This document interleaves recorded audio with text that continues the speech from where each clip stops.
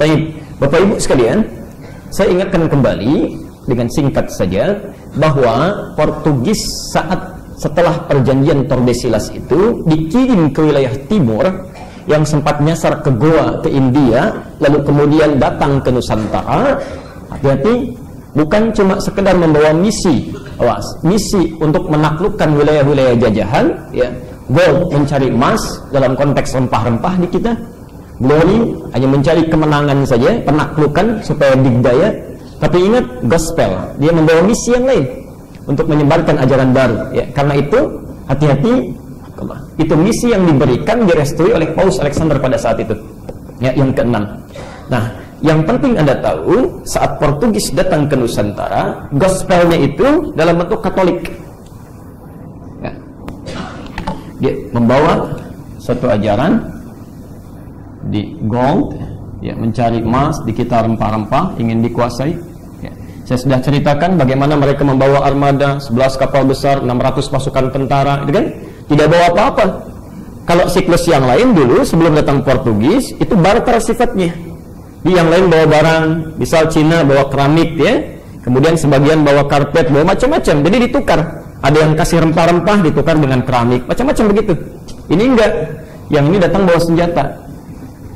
Bawa senjata, serahkan semua, kalau tidak kami eksekusi, kami ambil semuanya. Nah, itu caranya, makanya merusak, ya. Jangankan, awas, hati-hati, penguasa Selat Malaka yang punya otoritas, ya. Orang-orang yang non-muslim saja yang datang dari Buddha, dari India, ya, dari Cina, wilayah itu merasa keberatan, ya, merasa keberatan. Go, ya, glory, mereka ingin capai ini. Kemudian yang terakhir, gospel, mereka menyebarkan misi. Nah, gospel ini istilah Latin sekarang, ya. Mereka yang ingin tanamkan ini dalam bahasa Latinnya, Latin Portugal pada masa itu dibawa ke kita. Gospel ini dalam bahasa mereka igreja, ya.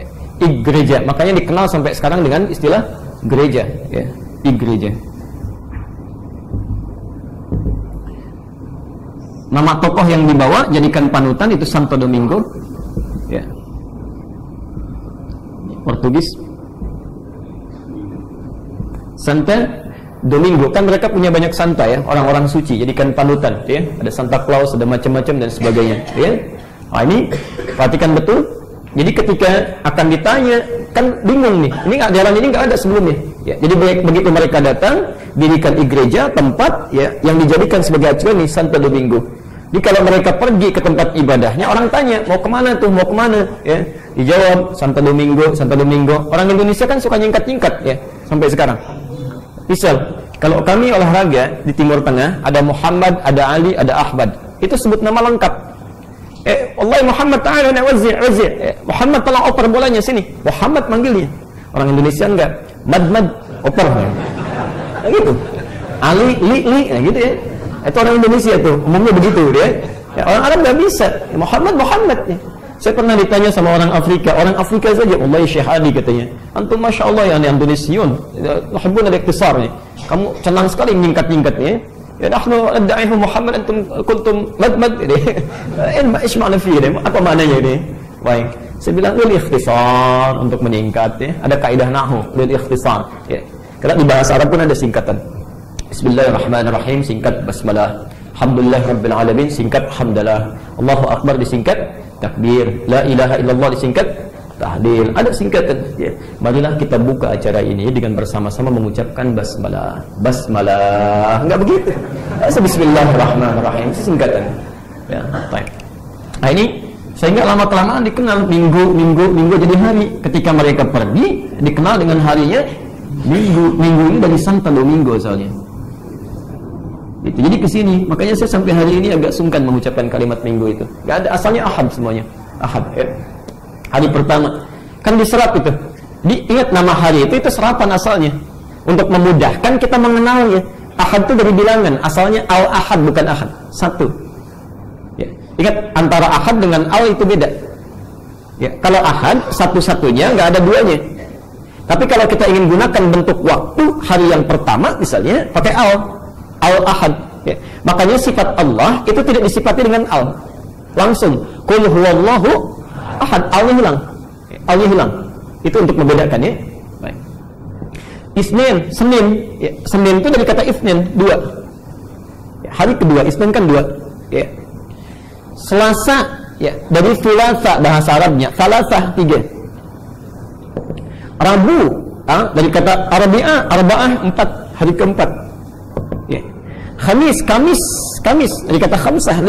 Ya. Dia orang itu paham hari keberapa sekarang? 1, 2, 3, 4, 5. Ya, Ahad, Itsnin, Thalatha, kan? Thulatha, Arba'ah, Khamis, ya. Senin, Selasa, Rabu, Kamis, Ahad, Senin, Selasa, Rabu, Kamis. Yang menarik cuma hari yang ke-6 yang beda. Kalau konsisten, maka akan disebut dengan Sadis, atau Sudais, atau Sittah, hari ke-6. Ini tidak, Jum'ah. Hari ke-6 itu beda, Jum'ah. Bukan bilangan lagi. Jadi untuk menunjukkan bahwa Masya Allah, saking dijaganya ini fitrah kalimat Jum'ah ini. Ini tempat berkumpul, tempat menyambung relasi macam-macam. Lain waktu kita ceritakan. Ya. Tapi persis ke hari yang ke-7-nya disebutkan lagi bilangan. Sabtu itu singkatan dari Sab'ah. Sab'ah, ya. Disingkat jadi Sabat, ya, Sab'atun, akhirnya dibuang jadi Sabat, ya. Sabat untuk mengabadikan tentang peristiwa yang menimpa Yahudi yang tidak boleh diulang oleh orang-orang Islam di kemudian hari. Kalimat Sabat pertama di Al-Baqarah ayat 65. Walaqad alimtumul ladzina i'tadaw minkum fis sabti faqulna lahum kunu qiradatan khasiin. Jelas sampai sini? Jadi ini di hari yang pertama ini mereka pergi itu ke gereja, ya, ingin mencontoh Santa Domingo. Maka dikenallah sejak saat itu menjadi hari apa? Minggu. Nah, ini Katolik, ya. Pelan-pelan. Nah, Belanda saat masuk ke Nusantara itu sama misinya 3 ini. Cuma gospelnya alirannya beda. Ya, nanti secara lebih jauh nanti kita bahas kalau ini diperlukan. Saat ada gerakan di Jerman, ya, Martin Luther King Jr. itu, ya, dia mengajukan keberatan, protes. Karena waktu itu, mohon maaf, ya, begitu berkuasanya ini kalangan gereja ini, ya, jadi mereka meminta bagian upah harus setoran. Ya, pajak sekian, setoran ke gereja sekian. Ya, kalau ada penemuan harus setor lagi. Kalau dosa pengen diampuni bayar dulu itu. Mereka protes. Ini nggak bisa yang seperti ini, ya, karena mereka sama-sama manusia. Sederhana aja. Kalau kami dosa, kami mengaku pada Bapak, kami bayar. Kalau Bapak dosa, Bapak bayar sama siapa nih? Itu nggak bisa dijawab. Karena itu mendirikanlah satu aliran baru dengan protes ini, dikenal Protestan, ya, sampai sekarang.